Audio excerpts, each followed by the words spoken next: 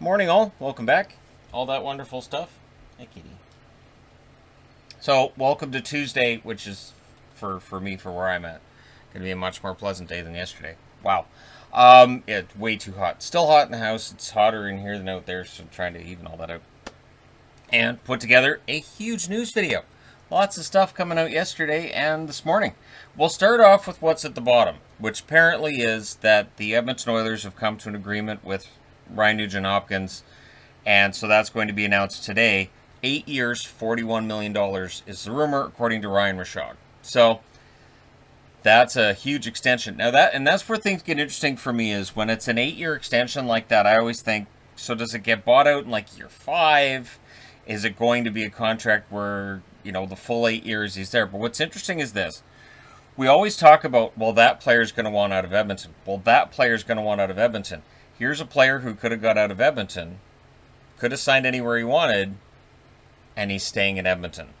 So I always think that we as fans look at the situation and we may see something that's not there when it comes to players being disinterested in staying in an organization, or young players wanting to play for an organization.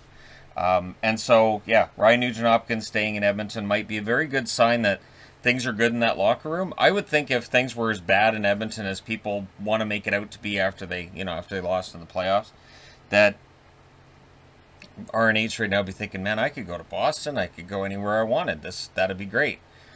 He's going to re-sign with Edmonton. So that's good news. The Toronto Maple Leafs have officially signed Wayne Simmonds to a 2-year deal for $900,000 a season. So the $900K cap hit, pretty decent. So again, what's interesting to me is that these are good contracts, but immediately my thought when I heard this was, so what's going to change in Toronto? Is it going to be basically the same lineup next year, or almost the same lineup? Are they just going to get a new goaltender to replace Freddie, unless they keep Freddie? Like, what's going to change for Toronto? Because if it's the same roster starting in October as what lost out against Montreal in the first round this year, that could either end up looking genius later, or it could end up looking ridiculous. Where it'd be like, man, that's good. So that's going to be interesting to me for seeing how Simmonds does and how the Leafs do, because of course they just re-signed Spezza as well, right? And again, the cap hits are great. They're good contracts, but I think that this is a team that we saw in the playoffs. They need that extra oomph to get them over that finish line, and we haven't seen yet what they're going to do. We'll see what Kyle Dubas has up his sleeve. I'd heard about this a while ago, and again, I hear things and I think, all right, well, I'm not reporting it because it hasn't been officially announced, and doing the whole breaking, no. So Carolina, the Stadium Series being pushed back until probably 2023. So that leak of the Carolina Hurricane Stadium jersey, people were like, hey, you should report on the new Stadium jersey. I had already been told, you're not getting it. So like, okay, all right. So I'll just pretend that didn't happen. So whether or not that ends up being the Stadium jersey for Carolina in 2023, we'll see. But what's interesting is now the 2022 Stadium Series game is apparently going to be in Nashville, and it's against Tampa. So I'm wearing the Nashville Winter Classic that they had. I wasn't entirely impressed with the Winter Classic, as people will remember. But I will say this. For the stadium, we could get a return of the remember the Meth Tigers, it's called? Some kind of a modernized, not quite so frightening, going to give your kids nightmares kind of logo. Some kind of a modernized, softened version of that. And a blue, why don't just give us a blue Predators jersey? Why can't we have a blue Preds jersey? We want to have nice things. I want to have a blue Preds. Like I have a couple in my collection, but I mean like an Adidas blue, this color blue would be really nice. So we'll see if they do that with the stadium. Stadium jerseys are a time where a team can do something completely different. I am excited to see what Tampa Bay comes up with. We might get a return of the Storm jersey. I'm just thinking for a stadium, that would work. So we'll see.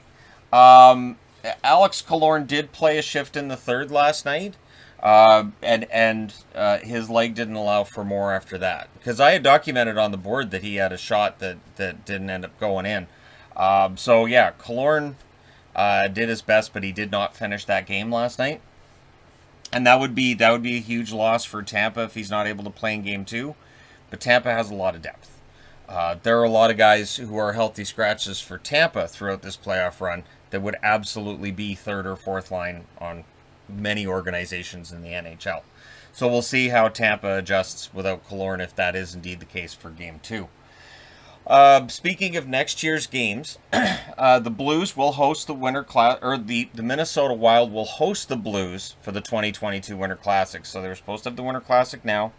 And Minnesota fans were all upset that the Winter Classic got pushed off. But of course, you can't have a Winter Classic or a stadium game without fans in it. You can't. It's that whole outdoor environment, that stadium. Why? Like, it just doesn't make any sense to have it without the fans there, because then you're just spending all that money, and it's expensive to have that outdoor arena, and it's not really the big deal. Like, we had the Lake Tahoe games this year, and those were great. Those were absolutely fantastic. Those were very enjoyable, but it was the outdoor scenery. And, you know, you can't really do that with stadium games where it's just a big empty stadium, right? So, I think Minnesota, St. Louis, that might be interesting. I would think Minnesota would just do what they did with the reverse retros, you know, when they did the Minnesota North Stars colors. Just do it in green. They had the white ones for the reverse retros, just do it in green. And for St. Louis, apparently the plan is the Winter Classic they had, the blue ones, just do those in white. So it would be basically their original jerseys in the NHL in white. So we'll see how that works out for them. And the All-Star Game will be in Vegas next year. So Las Vegas will host the All-Star Game, and the entire weekend of festivities makes total sense. Las Vegas has everything right there. Watching videos last night on Resorts World, that looks fantastic. I wish it wasn't so far away from the rest of the strip that I normally frequent, but we can get rides. You can always get rides around Vegas. There's Ubers absolutely everywhere, so I'll have to try that. Because we're still planning on going in December, so fingers crossed that happens. But it's in December, so it's before the All-Star break. The All-Star break is still in January as far as we know. The draft will be hosted next year by Montreal. Montreal was supposed to host the draft this year, but of course everything gets put off. And so they'll host it next year. News out of Calgary. Matthew Tkachuk doesn't want out. And I didn't see any reason why he necessarily would.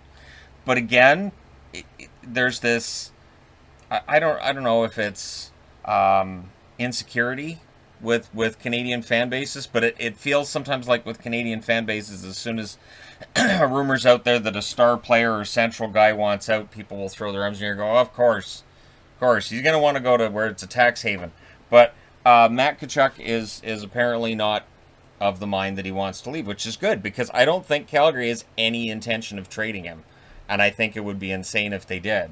So yeah, Tkachuk is staying in Calgary. At least that's what they're saying. And it's Friedman. Friedman checked into it and he got told, no, it's not happening. So the Olympics. Yesterday's state of the NHL address, when asked about the Olympics, pretty clear that Gary Bettman and the owners don't want to do it.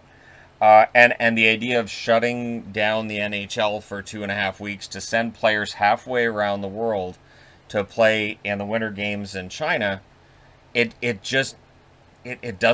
not something the NHL has interest in. You want to have the games in a place where you can show the games live, and you know people are going to be up and watching. The time of day that these games are going to be on isn't going to work for most fans in North America.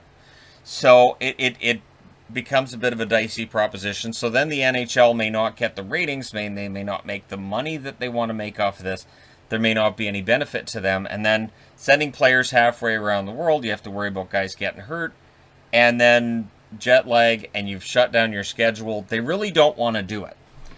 And it sounds like they want to kick the can down the road, and they want to go to the union and say, look, let's do the next Olympic Games. Let's just push these ones off. We'll do the next Olympic Games. We'll send you guys there, no problem.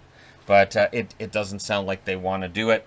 And, of course, when asked about the officials, Gary Bettman said what he has to say. Gary Bettman's not going to sit there and go, man, yeah, the refs were garbage last round. What was that? He's not going to do that. He has to publicly support the officials. So it's watch what they do. Don't listen to what they say. Watch what they do. And in Bettman's case, that means watch what happens when the season's done. And watch how the rules are changed or how enforcement is changed or what kind of directives come out from the NHL. They don't make these changes on the fly. They don't make these changes during the playoffs. It's after you'll see something change. So if the NHL feels that there was something that they didn't like about the way that the last couple of series were officiated, it will change in the offseason. If they genuinely are fine with it, we just won't hear anything about it, and it'll just percolate in the background. But I mean, it is a hard job they have. The game happens very fast. You have to make these snap decisions, and there's no do-overs. And there are people who think there should be do-overs, that a referee should be able to go and review the play and say, okay, I missed that, or yeah, no, that's not a penalty, and take it off the board. But again, that would slow the game down a lot, and then you have referees second-guessing themselves, probably second-guessing each other, because you got 2 referees in every game, right? So yeah, we'll see whether or not anything changes. Jack Eichel rumors are just going crazy. Notice I'm not talking about him anymore. I did that one video and I'm like, there, that's done. Until he's traded, that's done. Because the asking price for Eichel is going to be really high. It's going to be a lot of pieces. And teams are going to get scared off and go, no. Apparently Columbus and Minnesota are out of the running. Columbus and Minnesota both looking at this and going, you know what? No. Because apparently it's going to be a combination of players, prospects, draft picks. And the draft picks would have to have the equivalency of first round. And, you know, teams giving up multiple first round picks and next year's draft having Shane Wright in it, unless you're feeling pretty darn confident you're going to be in the playoffs next year, I don't know that you want to give up a first round draft pick next year.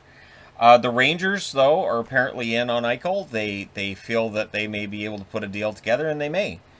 But it would likely, I would think Lafreniere would be one piece that they'd be looking at, and likely others. And then for Buffalo, it's been rumored that they want to trade him out of the conference. So if they're going to trade him within the conference, they would likely ask for more. So that's where San Jose jumps in and goes, we'll be the go-between. You just ship him through us, and sure. And then, you know, Ottawa calls you and says, don't do it. So we'll see what happens with Eichel. But right now, it definitely looks like trade talks are ramping up.